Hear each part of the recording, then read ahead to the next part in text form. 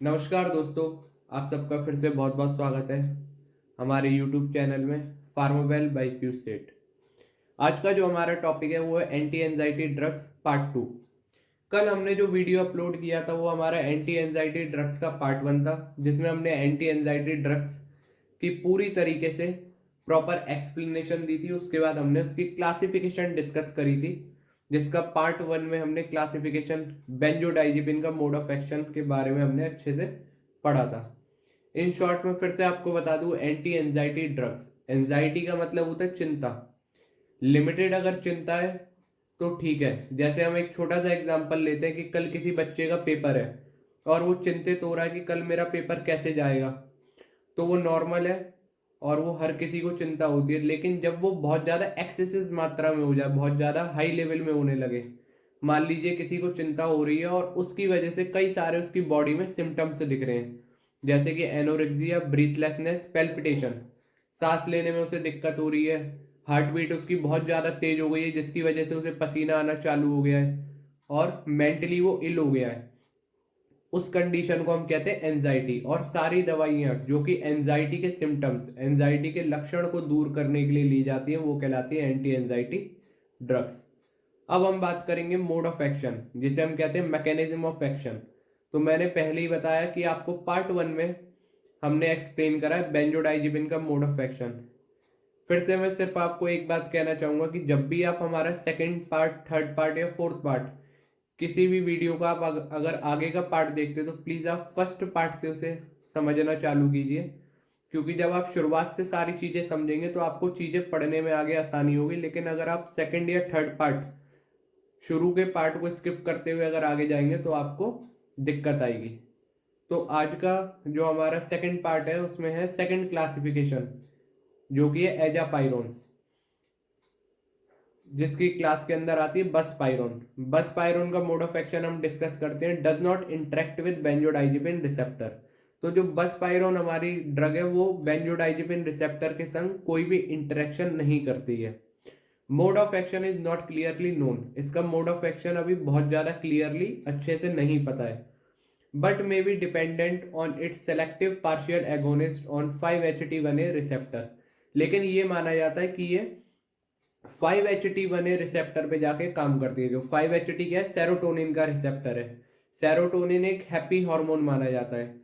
तो बसपाइरोन क्या करेगी, यहाँ पे सेरोटोनिन रिसेप्टर पे एगोनिस्ट का काम करती है, मतलब सेरोटोनिन के काम को इंक्रीज करेगी, उसके जैसे काम में मदद करेगी या उसका जैसा काम करेगी। डोज, अगर हम इसकी डेली डोज की बात करें तो 5 to 15 mg OD TDS, 5 से 15 mg हम पर डे ले सकते हैं, या तो वंस ए डे या थ्राइस ए डे, दिन में 3 बार। थर्ड क्लास की हम बात करते हैं हाइड्रोक्सीजिन। हाइड्रोक्सीजिन हमारी किस क्लास के अंडर आती है, सेडेटिव एंटी हिस्टामिनिक। सेडेटिव क्या है, जो हमारे काल्म अफेक्ट देती है, माइंड को क्या करते हैं, शांत। एंटी हिस्टामिनिक क्या है, इन शॉर्ट पहले हम डिस्कस करते हैं। जब भी हमारी बॉडी में कोई एलर्जी होती है, जैसे एलर्जेंस बॉडी के अंदर एंटर करते हैं, और कई बार जब हमें एलर्जी होनी चालू हो जाती है तो हमारा इम्यून सिस्टम अपनी ही चीज़ों को क्या समझता है, फॉरेन मैटर, बाहर का मैटर, और डिफेंसिव मैकेनिज्म स्टार्ट कर देता है और हिस्टामाइन रिलीज हो जाता है। तो उसकी वजह से हमें इचिंग होनी चालू हो जाती है, खुजली। तो एंटी हिस्टामिनिक जो इस एलर्जी को रोकेगी, तो इसे हम एंटी एलर्जिक भी कह सकते हैं। Relief of anxiety, it is indicated in the treatment of histamine mediated pruritus and pruritus due to allergic condition such as chronic urticaria. अब क्या होता है, एलर्जी होने के कारण, हिस्टामाइन रिलीज होने के कारण, प्रूराइटस का मतलब क्या है, थोड़ी स्किन पे इचिंग हो जाना, खुजली हो जाना, और क्रॉनिक अर्टिकेरिया का मतलब है रैशेस। तो अगर हिस्टामाइन ज़्यादा एलर्जी होने के कारण, हिस्टामाइन रिलीज होने के कारण हमारी बॉडी पे रैशेज होने चालू हो जाते हैं, खुजली होनी चालू हो जाती है, तो हाइड्रोक्सीजन क्या करती है, उसे ठीक करने का काम करती है। इसलिए उसे सेडेटिव एंटी हिस्टामिनिक बोला गया है। It's sedative property likely occurs at the sub cortical level of the CNS। और इसका सेडेशन मतलब हल्का सा काल्मिंग इफेक्ट और नींद लाने वाला इफेक्ट कहाँ दिखता है, सब cortical level of the CNS, मतलब हमारे ब्रेन में।